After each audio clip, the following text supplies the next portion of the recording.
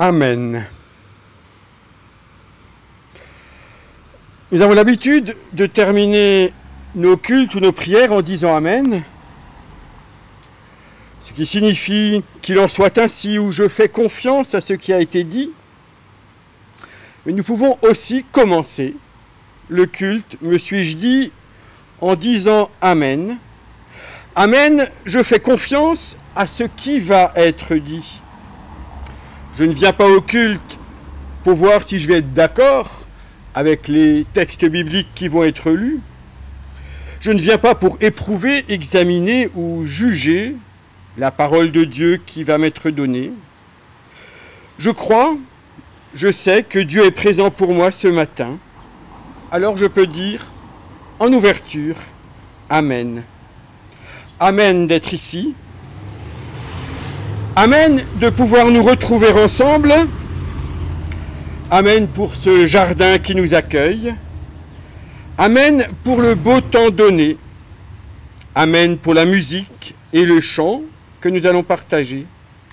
Amen pour notre journée, pour ce dimanche et tout ce qui va nous être donné d'y vivre.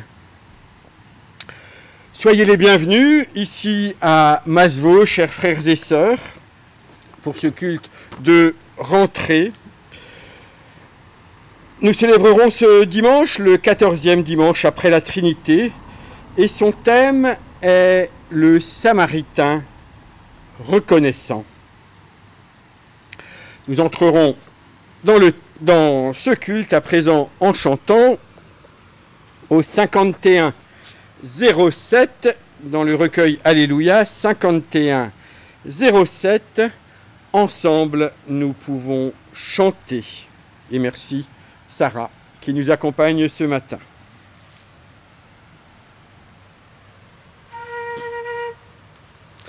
Ensemble, nous pouvons chanter. Ensemble, nous pouvons prier. Élever nos voix et adorer celui qui nous a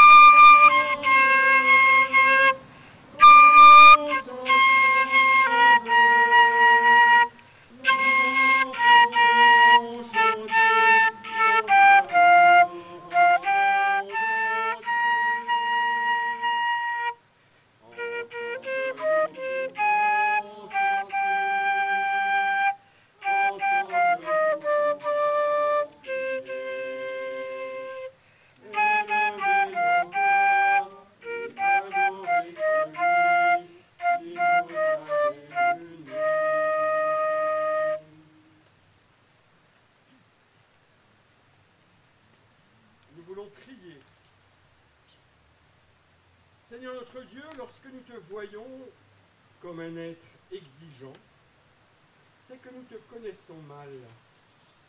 Tu nous as donné des lois, c'est vrai, mais pour la vie. Tu donnes des lois à l'homme pour lui et non contre lui. Et avant de donner ta loi, tu le libères. Ainsi, tu as d'abord fait sortir ton peuple du pays d'esclavage, et ce n'est qu'ensuite que tu lui as donné ta loi pour qu'en la pratiquant, il reste libre. Tu souhaites pour nous une longue vie sur la terre que tu nous donnes. Tu as créé notre planète avec tous ses fruits et ses nourritures, et tu nous confies la vie avec le pouvoir de la transmettre. Tu nous donnes la liberté d'en user, et tu te retires pour nous laisser exister. Tu nous guides par ta loi, afin que nous usions de tout dans la reconnaissance pour le bien de l'homme, en nous souvenant de toi.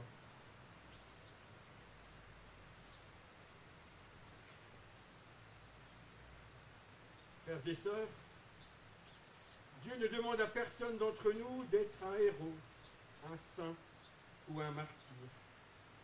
Si Jésus-Christ est venu partager notre route, c'est pour nous libérer de ce qui nous aliène et nous appeler à vivre notre vraie vie. Aujourd'hui, il nous aime tels que nous sommes, il nous pardonne, il nous renouvelle, il nous donne de vivre notre vie et de suivre notre chemin dans l'amour et dans la liberté. Merci pour ce matin de vie. Nous voulons encore chanter notre reconnaissance au numéro 4209.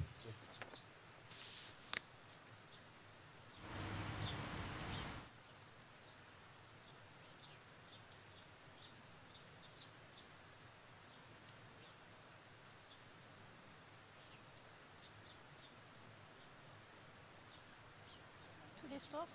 Ouais.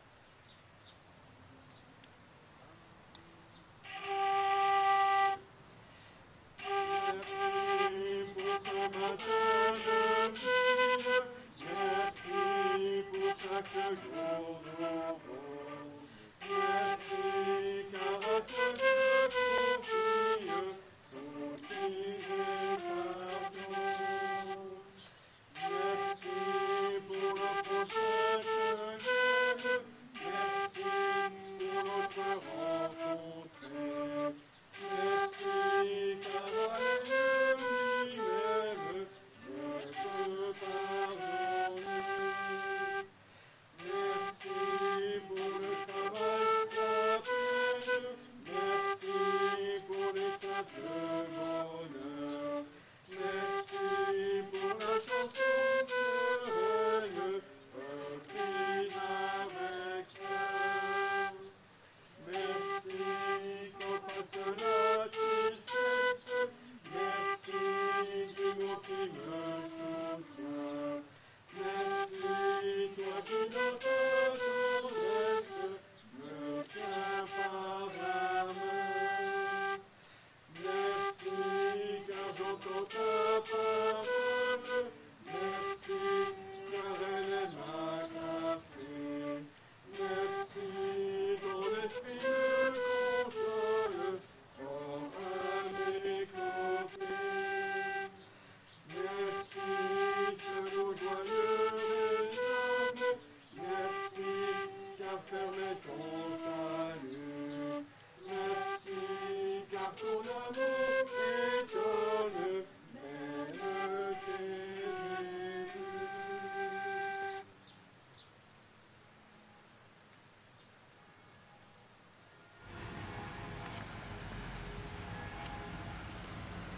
C'est l'Église catholique. Eh bien, nous pourrons associer la communauté catholique de Masevaux à notre prière, puisqu'ils vont à leur tour rejoindre leur cérémonie. Nous prions.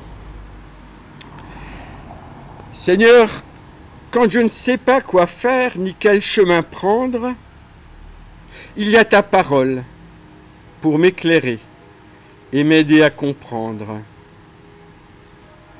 Seigneur, lorsque j'hésite et que je doute, il y a ta parole qui se fait signe au carrefour de mes routes, qui dessine une issue.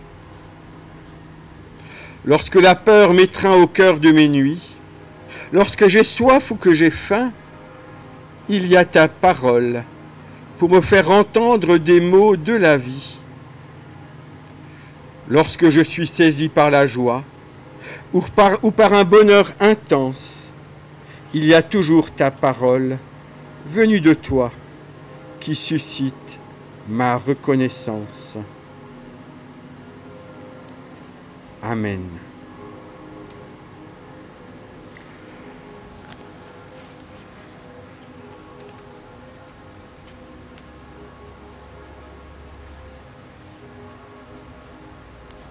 Nous lisons Genèse 28, versets 10 à 19, dans l'Ancien Testament. Jacob partit de Bir-Shéba et prit la direction de Charan. Arrivé à un certain endroit, il y passa la nuit, car le soleil était couché.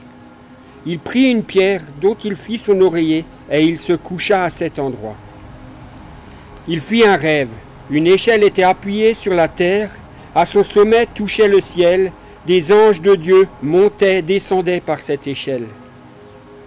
L'Éternel se tenait au-dessus d'elle, et il dit, « Je suis l'Éternel, le Dieu de ton grand-père Abraham, Dieu d'Isaac. La terre sur laquelle tu es couché, je te la donnerai à toi et ta descendance. Ta descendance sera pareille à la poussière de la terre. Tu tendras à l'ouest, à l'est, au nord, au sud, et toutes les familles de la terre seront bénies en toi et ta descendance.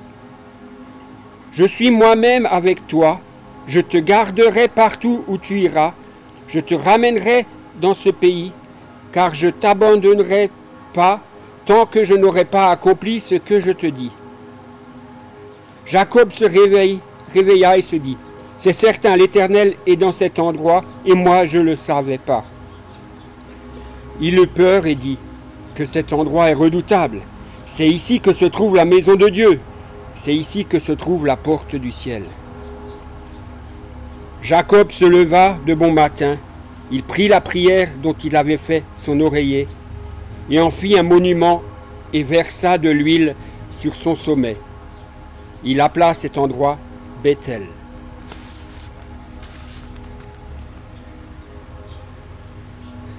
L'évangile de ce jour se trouve dans Luc, chapitre 17, versets 11 à 19.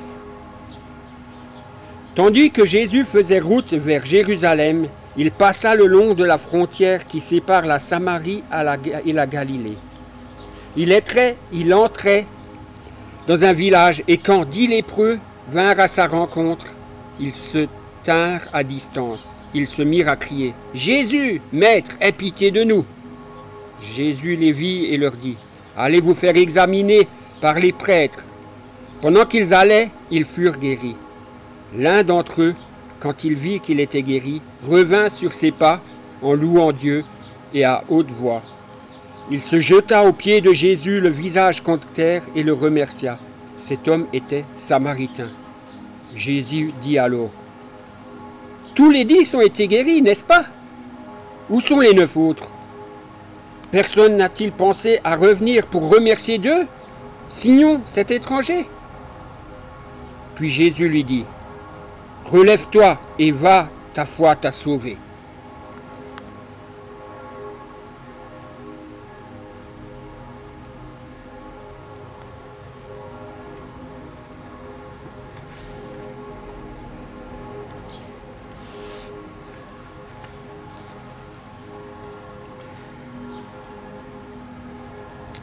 Relève-toi et va, ta foi t'a sauvé. C'est comme cela que se termine ce texte de l'évangile de Luc. Et quelques versets plus tôt, il est encore question de la foi. Et j'aimerais vous lire 2 versets supplémentaires. Ils sont aux versets 5 et 6 de ce même chapitre 17 de Luc. Un jour, les apôtres dirent au Seigneur, « Augmente-nous la foi. » Et le Seigneur dit, « Si vous aviez de la foi comme un grain de moutarde, vous diriez à ce sycomore, « Déracine-toi et plante-toi dans la mer, et il vous obéirait. » Chers frères et sœurs, vous avez certainement déjà entendu ces versets, cette demande des apôtres, augmente-nous la foi, et la réponse de Jésus. Augmente-nous la foi, demande-t-il à Jésus. Un peu comme les élèves à la cantine demanderaient, je peux avoir du rab de frites? Est-ce que la foi peut se distribuer à volonté, comme au flunch? J'aime beaucoup manger au flunch, ou dans certains restaurants chinois où on a des plats ou des menus à volonté. Ou bien comme pour une Tesla, est-ce qu'on peut débloquer en nous et en matière de foi quelques fonctionnalités supplémentaires à distance, en priant, en lisant la Bible, en venant au culte, en faisant un don à la paroisse, en suivant des cours de théologie? Et hop, me voici porteur de plus de foi, et je pourrais ainsi augmenter ma foi. Certains le pensent, beaucoup le pensent, peut-être le pensez-vous. Est-ce que la foi serait une capacité que nous pourrions développer, comme nos capacités cognitives? Vous avez peut-être entendu dire que nous n'utiliserions que 10% des capacités de notre cerveau. C'est une pensée comme cela qui circule, qu'on entend régulièrement. Eh bien, au risque de vous décevoir, si vous aviez de grandes ambitions pour votre intelligence, il semblerait que ce soit complètement faux. Cela relèverait même pas du mythe, simplement de la fausse information. Une promesse faite par des marchands de rêve qui tentent de nous vendre ou de nous dispenser des méthodes fumeuses, de nous faire miroiter la possibilité d'accéder à une espèce de surhumanité, comme si je pouvais devenir une espèce d'être supérieurement intelligent. On a démontré que c'est faux. C'est une croyance que l'on peut encore réserver à la science-fiction, mais pas à la réalité. Dans le même ordre d'idées, vous avez peut-être entendu parler d'Alexeï Stakhanov. C'était un ouvrier soviétique, ukrainien, qui en 1935, à l'occasion d'un concours, avait réussi à extraire en une journée 14 fois la norme habituelle de charbon qui était prévue par les protocoles. Cela donnera le mot stakhanovisme. L'intention alors était de mettre la pression aux ouvriers, d'essayer de leur montrer combien ils pourraient travailler mieux et plus, de les pousser à l'émulation et au sacrifice par le travail pour l'édification et le développement de la nation. Selon la fiche Wikipédia d'Alexeï Stakhanov, à la fin de sa vie, il donnera de nombreuses interviews où il dénoncera l'attitude des ouvriers qui ne vont pas assez vite au travail ou qui ne produisent pas assez. Seulement en 1977, il sera interné dans un service psychiatrique et mourra d'une crise cardiaque, comme quoi le travailler plus ou trop n'est pas forcément une voie que je vous recommanderais.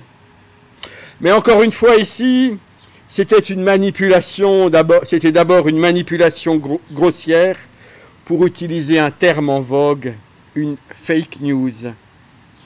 Ah, si nous pouvions dispenser la foi à volonté, ce serait le rêve de tous les conseils presbytéraux et de tous les pasteurs.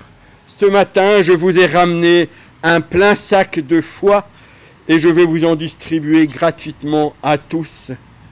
Des sacs de foi pour des affamés de la foi, comme l'ancien ministre Bernard Kouchner distribuait des sacs de riz dans le tiers-monde il y a une vingtaine d'années. Hélas, nous le savons bien, la foi ne peut pas s'infuser chez les autres, elle ne peut pas se transmettre comme cela de la main à la main. Combien d'entre nous, engagés dans leur paroisse, ne se sont-ils pas posé la question lorsqu'ils voyaient leurs enfants s'éloigner et se désintéresser de l'Église, en culpabilisant et en se demandant « mais qu'ai-je mal fait ?» Et hier matin encore, au conseil presbytéral à Saint-Martin, vous étiez plusieurs à faire ce même constat. À la question incongrue des disciples, Jésus va répondre d'une manière tout aussi incongrue. Ou alors, si les adultes peuvent fermer leurs oreilles, je pourrais traduire cela aussi en disant « à question con des disciples, réponse con de la part de Jésus ». Comme à son habitude, Jésus donne des réponses qui peuvent être bien agaçantes. Il semble même répondre à côté de la question. Lorsqu'il dit « si vous aviez de la foi comme un grain de moutarde, vous diriez à ce sycomore, déracine-toi et plante-toi dans la mer et il vous obéirait », je vous avoue que je suis assez sceptique. J'ai en face de moi un bel arbre, c'est un catalpa. Voilà, d'accord. Alors, même si le texte nous parle d'un sycomore qu'on pourrait déplacer, un autre verset dit à peu près la même chose, c'est en Matthieu où Jésus dit aux disciples « Si vous aviez de la foi et ne doutiez point, vous diriez à cette montagne, ôte-toi de là et jette-toi dans la mer, cela se ferait. Alors si ça peut marcher pour les sycomores, si ça peut marcher pour les montagnes que l'on peut faire se déplacer, cela devrait pouvoir marcher aussi pour un catalpa. Mais je vous avoue que je doute de pouvoir déplacer cet arbre et le précipiter dans une mer. Parce que la foi n'est pas comme un muscle que l'on pourrait bodybuilder. La foi ne peut pas s'augmenter, ni en donnant envie, ni par la contrainte, ni se réduire par la contrainte. La foi suit son chemin propre, librement. Si on regarde l'exemple de la Chine, par exemple, ou de pays où on a essayé d'interdire la foi, on constate que cela ne fonctionne pas plus que d'essayer de l'imposer. On estime qu'il y aurait aujourd'hui 5% de chrétiens en Chine, et ce chiffre serait en augmentation constante et forte, malgré tout ce qui est mis en place pour essayer de l'empêcher. La foi ne se contraint pas, la foi ne se transmet pas non plus par le simple fait de la volonté. Alors c'est un peu difficile d'accepter cette chose qu'est la foi sur laquelle nous n'aurions finalement que peu de prise. La réponse de Jésus a d'ailleurs dû agacer les disciples. Pourtant leur question était simple et humble. Ils reconnaissaient la petitesse de leur foi, comme le père d'un enfant possédé reconnaîtra un jour devant Jésus, « Si tu peux », Jésus lui disait, « Tu peux, tout est possible à celui qui croit ». Et le père de l'enfant s'écria, « Je crois, mais viens au secours de mon manque de foi ». Et la supplique de cet homme a été entendue. Son enfant aura été libéré. Alors qu'à la demande des disciples, Jésus dira, « Si vous aviez de la foi rien que comme un grain de moutarde, autrement dit, vous n'avez même pas le minimum syndical, vous n'avez même pas un minuscule grain de moutarde de foi, vous n'avez rien, en fait. » Alors cette réponse pourrait nous soulager, parce qu'on parle tout de même des disciples, Pierre, Jean, Jacques, Philippe et les autres. Ils n'avaient même pas un grain de moutarde de foi.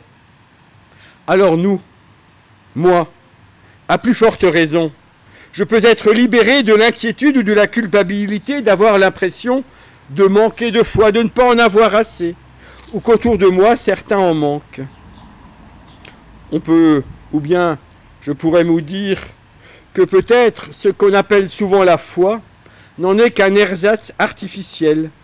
Comme il y a des fake news, il y aurait des fake face, de la fausse foi. Ce que nous pourrions entendre dans la réplique de Jésus, c'est peut-être à convertir nos regards et nos pensées.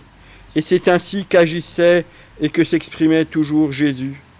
Peut-être que ce que j'appelle Dieu n'est pas Dieu, mais une idole. Peut-être que mes croyances religieuses ne sont pas vraiment la foi.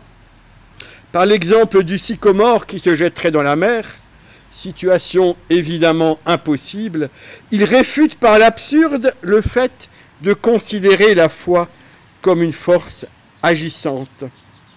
Souvent, nous assimilons la foi à une sorte de force intérieure qui pourrait nous donner du pouvoir sur les choses. Et les arguments sont faciles et nombreux qui iraient dans ce sens. On sait bien que un grain de sable peut enrayer une grande machine. On a découvert qu'un virus microscopique, plus petit, bien plus petit encore qu'un grain de moutarde, pouvait mettre le monde sens dessus. Nous savons que la force des idées peut déclencher des révolutions. Alors il est tentant d'assimiler la foi à une sorte de conviction en nous qui donnerait de la force à celui qui n'en a que peu. D'en faire, et on l'a fait souvent, l'arme des faibles devant les puissants, la résistance des sans-voix. Une force qui pourrait détruire des civilisations, comme l'aurait fait le christianisme avec l'Empire romain.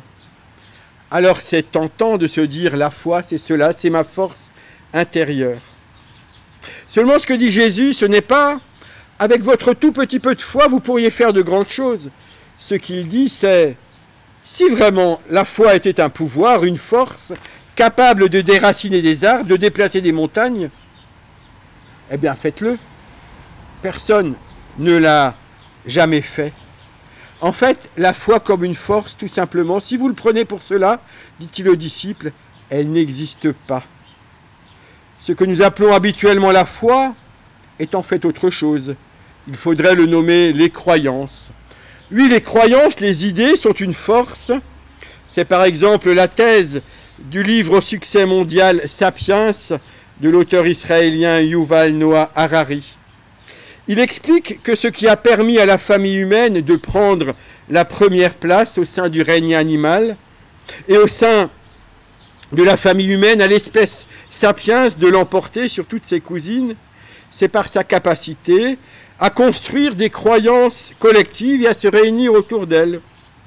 Il explique que toutes les sociétés se construisent autour de mythes communs, de régimes politiques, qui sont des fictions que les sociétés adoptent pour se construire un destin commun. Les sociétés se choisissent des figures historiques plus ou moins idéalisées, là encore, pour faire société, que ce soit les ancêtres gaulois, Jeanne d'Arc, Charles Martel ou autres, ou bien des religions communes. C'est une thèse, là encore, forte, attrayante. Les croyances collectives ont une force, les idées ont de la force. Oui, c'est vrai, mais ce n'est pas la foi. Parce que si cela était la foi, cela poserait une question. Regardons les talibans en Afghanistan. Eux aussi peuvent se vanter d'avoir des croyances, des idées, des convictions, et elles leur donnent de la force. Ils pourraient arguer que leur foi a permis de déraciner non pas un arbre, mais l'armée américaine qui est allée se jeter dans la mer, ou plutôt a pris ses clics et ses claques par les airs. Pour les talibans, un miracle a bien eu lieu, par la force de leurs idées. Mais est-ce cela la foi? Est-ce la même foi que celle dont parle Jésus? Toutes les foi sont-elles finalement similaires? Martin Luther disait dans le Grand Catéchisme, « La confiance et la foi du cœur font à la fois et le Dieu et l'idole. » Et cette distinction entre ce que je nommerais croyance et foi pourrait aussi se dire ainsi. C'est une distinction classique en théologie. Il y a le croire que, je crois que Dieu existe, je crois que Jésus est Dieu, que Jésus est son Fils, je crois que la Trinité est la manière d'être, je crois que la Bible c'est Dieu qui parle. Ça, ce sont des dogmes, ce sont des sortes de vérités que nous essayons d'établir. Mais il y a d'un autre côté le croire en. Je crois en Dieu. Je crois en Jésus. Je crois en l'Esprit. Je crois en une parole qui me rejoint par la Bible. Si Jésus a semblé accueillir la parole du Père du possédé et rejeter la demande des disciples, c'est peut-être parce que la foi du Père du possédé est d'abord la reconnaissance d'un manque. Il commence par dire « je manque de foi », là où les disciples, eux, veulent l'augmenter. Le Père reconnaît ce que Jésus essaie de faire comprendre aux disciples peut-être. La foi, c'est d'abord ce qui me manque. La foi, c'est d'abord ce que je n'ai pas. C'est pourquoi la foi ne pourra jamais se justifier, s'expliquer, se démontrer et même s'argumenter. Et c'est pourquoi aussi elle est tellement difficile à transmettre. Le philosophe Martin Buber disait « Croire en quelqu'un ou en quelque chose, c'est lui faire confiance, même sans pouvoir le justifier. C'est reconnaître quelque chose comme vrai, même sans pouvoir en donner de raison. Je ne peux pas mesurer l'efficacité de la foi. Elle n'est pas plus un moteur qui me mettrait en mouvement ou me tiendrait debout, ni une réalité tangible dont je pourrais calculer ou constater les effets. C'est pourquoi elle ne peut pas être augmentée. Elle n'est pas un pouvoir. Si elle était cela, si elle était un pouvoir accordé par le Dieu de l'univers, alors en effet, elle pourrait agir sur les éléments physiques, elle pourrait déplacer un sycomore, un figuier, une montagne, elle pourrait guérir un cancer, et ce ne serait qu'une bagatelle. Et puis la foi n'est pas non plus une conviction. Ce ne sont pas des idées, aussi généreuses soient-elles, ce ne sont pas des dogmes ou des croyances qui nous mettraient en mouvement pour changer le monde. La foi, en fait, est peut-être même totalement inutile. Et pire même, ce n'est même pas elle qui nous sauvera. Nous connaissons ce verset de Paul qui bouleversera Martin Luther, qui dit « C'est par la grâce que vous êtes sauvés, par le moyen de la foi, vous n'y êtes pour rien, c'est le don de Dieu. » La foi, ce n'est pas elle qui nous sauve, elle n'est pas un mérite, ni une compétence, ni une capacité, ni une vertu, parce que, en fait, nous n'avons pas besoin d'elle pour être sauvés, parce que nous sommes déjà sauvés par grâce. Mais alors me diriez-vous, ou me direz-vous, que faire de la foi si elle est si inutile, si inefficace? Sa fonction première est d'abord de nous rappeler en fait que nous sommes sauvés.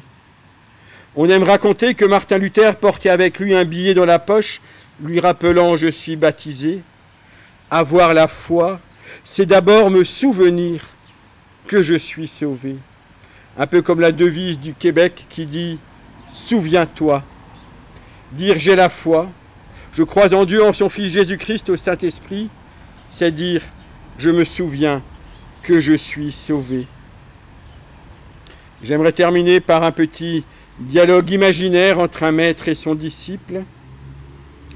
Un jour, le disciple vint demander au maître « Est-ce que la foi me permettrait de vivre plus longtemps ?» Le maître répondit « Non, elle ne le permet pas. » « Est-ce que la foi me garantira d'avoir un accès privilégié et garanti au paradis ?» Le maître répondit « Mais non, il n'y a pas de passe VIP pour le paradis. Tout le monde y ira, seuls quelques-uns le savent. La foi fait-elle des personnes plus justes et plus généreuses ?» Le maître dit « Non plus. Il y a des justes et des personnes très généreuses qui n'ont pas la foi, et puis il y a des pingres qui l'ont. Mais alors, la foi me procurera-t-elle le bonheur ?» Le maître dit « Si tu savais me définir le bonheur, alors tu n'aurais pas besoin de la foi pour y accéder parce que tu serais déjà heureux. » Le disciple commençait à être bien dépité. Il dit « Mais la foi alors n'est d'aucune utilité? Je m'en vais poursuivre mon chemin. » Le maître lui dit alors « Imagine ce que serait ta vie si tu pouvais abandonner ta peur de mourir. Si tu te mettais à croire qu'il y a un paradis qui t'attend sans condition. Si tu ne portais plus le poids de devoir juger des vies et des comportements. Si tu pouvais déposer les déceptions pour la vie que tu n'as pas eue. La foi n'est pas tienne, elle ne requiert ni effort, ni capacité, ni vertu. Elle est accueil de la présence de Dieu. Dieu a planté une graine en toi, il ne t'appartient pas de la faire pousser, seulement de laisser faire Dieu. Amen.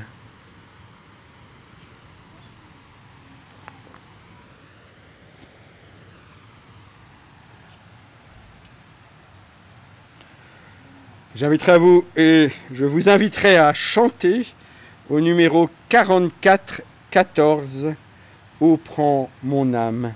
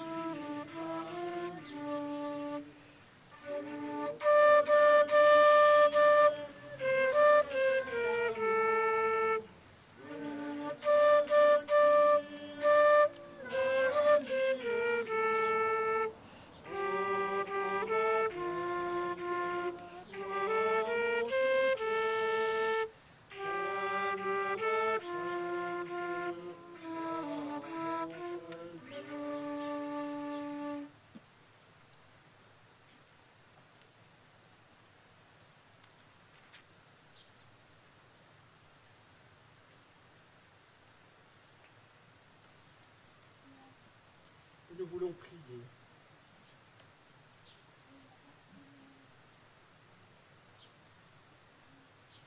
Seigneur, nous voulons être proches de toi. Mais sans que cette proximité nous éloigne de nos prochains. Par la foi, il nous est possible d'élargir l'espace de nos vies. Par la foi, nous pouvons cueillir, accueillir, recueillir les êtres et les événements qui surviennent sur nos chemins. Nous pouvons le faire sans souci d'efficacité, de réussite, de jugement. Simplement parce que tu es en nous, parce que tu es celui qui a aimé le monde.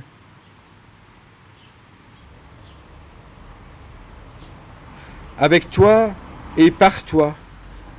Par la foi, nous pouvons chanter avec ceux qui rient, pleurer avec ceux qui souffrent, songer avec ceux qui rêvent, agir avec ceux qui transforment, marcher avec ceux qui se lèvent, camper avec ceux qui font halte, regarder avec ceux qui montrent, échanger avec ceux qui parlent.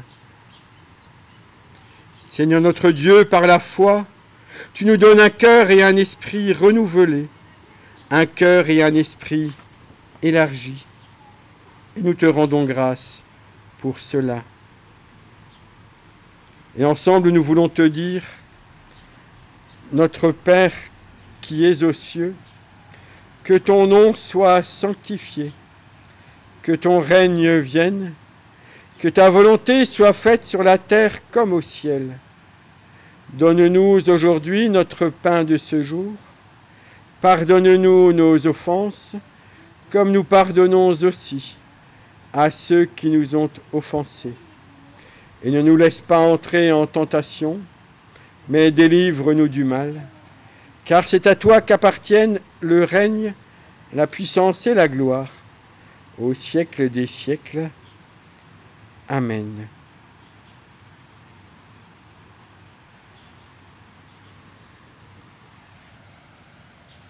J'ai le soleil dans les yeux. Comment est-ce que vous faites? Est-ce qu'il y a une collecte à Maslow? Non, ce matin. Bon, bah, vous êtes invité, voilà, accueilli. Très bien. Tout à l'heure, il y a Freddy. Ah, nous sommes accueillis chez Freddy, pour ceux qui ne sont pas du coin. Hein. C'est le jardin de Freddy. Il y a quelque chose tout à l'heure. Encore, il y a un pot.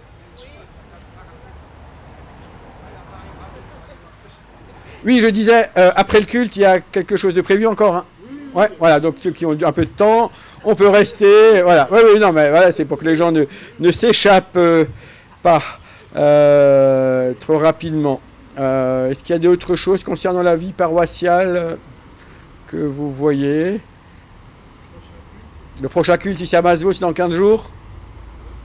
Anne Heitzmann. Voilà. À 11h15, en face. Ouais. Oh, on est bien ici. Très bien. Alors, on va chanter encore avec Sarah. Que la grâce de Dieu soit sur toi. Et puis, comme on arrive à la fin du culte, je vous propose, on peut se lever pour chanter le dernier. Si vous le voulez. 62. Oui, 62, 81. 62, 81. Que la grâce de Dieu soit sur toi. On pourra le reprendre 2 fois. Une fois pour se le mettre en bouche et une fois pour le chanter à pleine voix.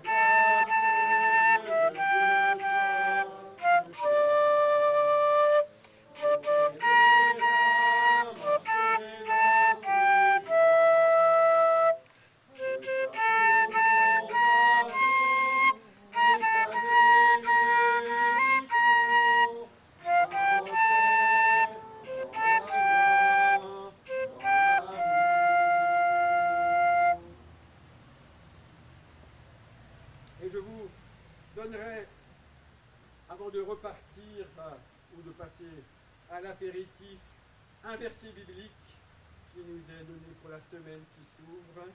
C'est au psaume 103, le verset 2. Bénis le Seigneur, ô mon âme, et n'oublie aucun de ses bienfaits. Et que la paix de Dieu qui dépasse tout ce qu'on peut comprendre garde vos cœurs et vos pensées dans le Christ Jésus. Amen.